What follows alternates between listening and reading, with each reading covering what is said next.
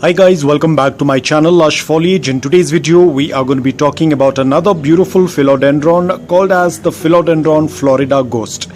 Now this plant is known for its very unique shaped leaves. This is an hybrid. So these are the new leaves. Now as I've said this earlier as well, the new leaves are going to come variegated, but as and when they start getting older, they will start turning green in color. Now the entire plant is a very young plant. It's not a very mature plant. That's why you can see a lot of the leaves have not got that beautiful shape. The leaves usually will have a shape like this. So these are very young. This is a young plant. So you can see the leaves are not formed yet, and it's going to take a while for it. But nevertheless, it's an absolutely beautiful plant. These leaves will start to get darker in color, dark green in color, and the new growth is going to be more on the variegated side. Now talking about the light requirements, as you'll know, this is a variegated plant. The leaves will come out variegated, so ensure that you're not keeping it in direct sunlight, otherwise this is the first leaf that will get burnt. Meaning every new leaf that comes out variegated, if you're going to offer direct sunlight, it will get burnt, and then eventually the variegated leaves start to turn green in color. But if it's already burnt, it is going to damage your plant, and when it turns green, that burn marks will still be present. So you have to be extremely careful that you're only providing it with a good amount of indirect bright light. Now you can grow it indoor as well, you can grow it outdoor. If you're growing it indoor, ensure you're keeping it near a place where there is a bright amount of light. They will not do quite well in low light conditions because the leaves are variegated. They prefer a good amount of indirect bright light. But ensure that the sun rays do not fall directly on the leaves. Do not keep it under an air conditioning vent or a heater, otherwise it will again damage the plant. If you're growing it outdoor, you can either keep it under a green shade cloth, or you can keep it in a place where it receives a good amount of indirect bright light.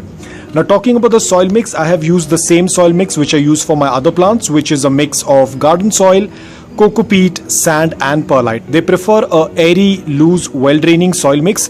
So use a container that has a drain hole, so whenever you tend to water, the excess water should drain out. They like slight amount of moisture but not soggy wet soil. Now talking about watering, during summers, the same thing. During summers, the frequency of watering is going to be a little bit more as compared to winters. During winters, you'll have to reduce your watering. Whenever you see around 1 to 2 inches of the upper layer of soil is dry, go ahead and do a complete watering until the water starts passing through the drain hole. They do not like soggy wet soil, so ensure that you're not overwatering it, otherwise the roots will get damaged. If your pot does not have a drain hole and if the soil tends to stay soggy, then there will be a root rot, so be extremely careful. Now talking about temperature and humidity, these are tropical plants. They prefer a warmer environment. That's why their growing season is during the summers, and winter is their kind of partial dormancy moment. I wouldn't say a complete dormancy, but they do tend to slow down their growth. So humidity is, average humidity is absolutely okay, but if you are from a place which is very dry, and if you're growing them indoor and if your house is dry, then you'll have to use a humidifier, or you can club other plants around. If it is very dry, like in my city, it's very dry during the summers. So during the afternoons, I tend to do a very light mist so that the plant can get a good amount of coolness and humidity.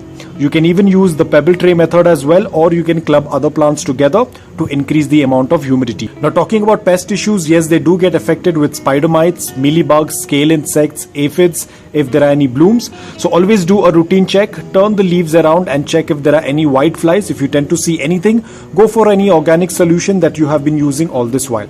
Propagation is pretty simple. The same thing, as I've said this earlier as well, all the philodendrons have the same process of propagating it. Now right now this does not have any nodes. Basically there are no aerial roots yet because it's a very young plant, as I said, but if you tend to see a node or an aerial root just a few centimeters beneath that, you can do a cutting. If you want to know how to do a propagation of philodendron, I will put the link in the description below. You can check it out. Now talking about, is this plant toxic? Yes, these plants are toxic, so ensure that you're keeping the plant away from the reach of small children and pets. Apart from that, it's an extremely beautiful, very attractive looking plant. Fertilizers, give it only during the summers because that's their growing period. During winters, do not add any fertilizers. You can do monthly once feeding with a liquid based fertilizer. It is going to work out really well. So guys, that's all about it. I hope that this video was helpful to you. If it was, please hit the like button. And if you're new to my channel, please consider subscribing to it. Until then, take care, stay safe and keep propagating.